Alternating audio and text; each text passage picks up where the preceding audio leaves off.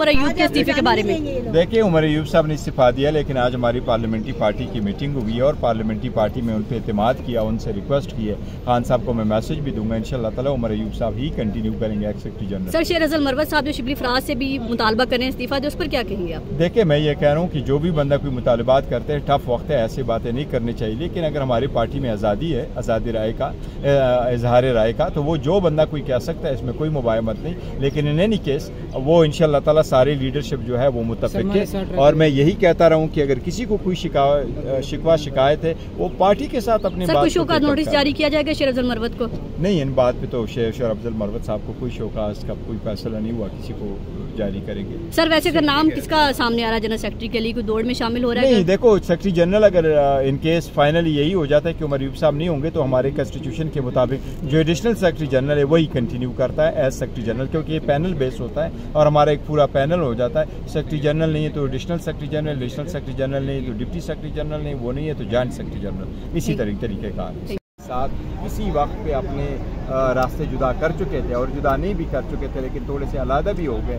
उनका फैसला खान साहब करेंगे। खान साहब जिसको वेलकम करेंगे, हम सब उनको वेलकम करेंगे। खान साहब की पार्टी है, खान साहब की हिदायत के मुताबिक जाएंगी। वो जिसको लाएंगे और जिसको जिम्मेदारी देंगे, हम सर आंखों पे कबूल करेंगे। हाई मुश्किल वक्त था जब बहुत बड़े बड़े लोग खान साहब का साथ छोड़ गए थे। उमर अयूब साहब ने उस मुश्किल वक्त में जनरल सेक्रेटरी का ओहदा लिया, पार्टी को संभाला, कारकुनान को संभाला, खुद भी रिपोर्ट थे, हम सब भी रिपोर्ट थे। फिर भी इसके बावजूद उन्होंने वर्कर्स को, सेकेंड ईयर लीडरशिप को, कैंडिडेट्स को, तमाम मेंबरान को जोड़ के रखा।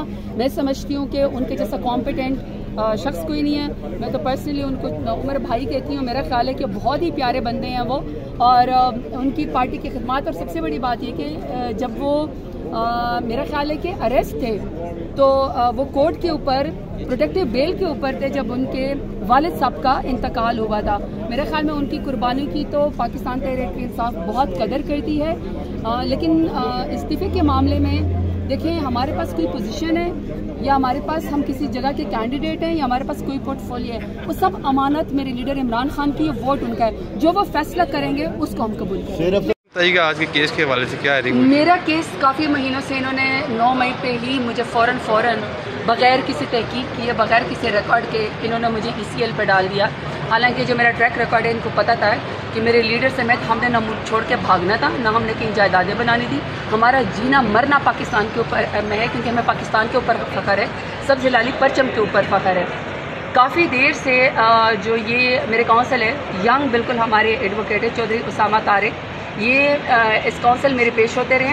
हर रोज़ जो है वो कभी पंजाब हुकूमत की तरफ से या कभी यहाँ फेडरल हुकूमत की तरफ से कोई ना कोई ग्लिच जानबूझ के डाल दिया जाता था। मैं हज करना चाहती थी, लेकिन मुझे मेरा पासपोर्ट जो है इन्होंने कंसीलमेंट करनी थी, मुझे नहीं दे रहे थे, मुझे बाहर जाने से रोक देता, मुझे हज पे नहीं जाने दिया गया। तो हर रोज़ आके जब यहाँ पे पेशी होती थी तो जज साहब कहते थे कि इनको रिकॉर्ड दे। जो ये लोग रिकॉर्ड हमसे मांगते थे, आके जो है उसामा एडवोकेट साहब जो हैं वो आके फ़ौरन जमा करवा देते हैं।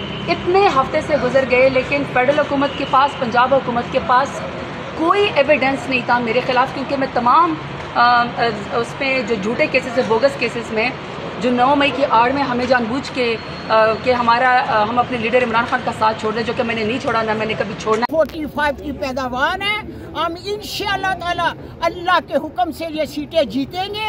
हम इमरान खान के साथ हैं, हमारा आखिरी कतरा भी खून का बहाने के लिए इमरान खान के साथ हूँ।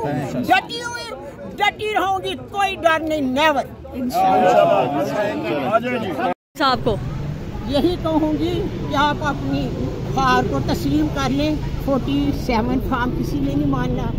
शहरी सियापुर में रेहाना डार एने अवाम ने मुझे, मैंने मुंतखब किया, आपको उन्होंने रद्द कर दिया।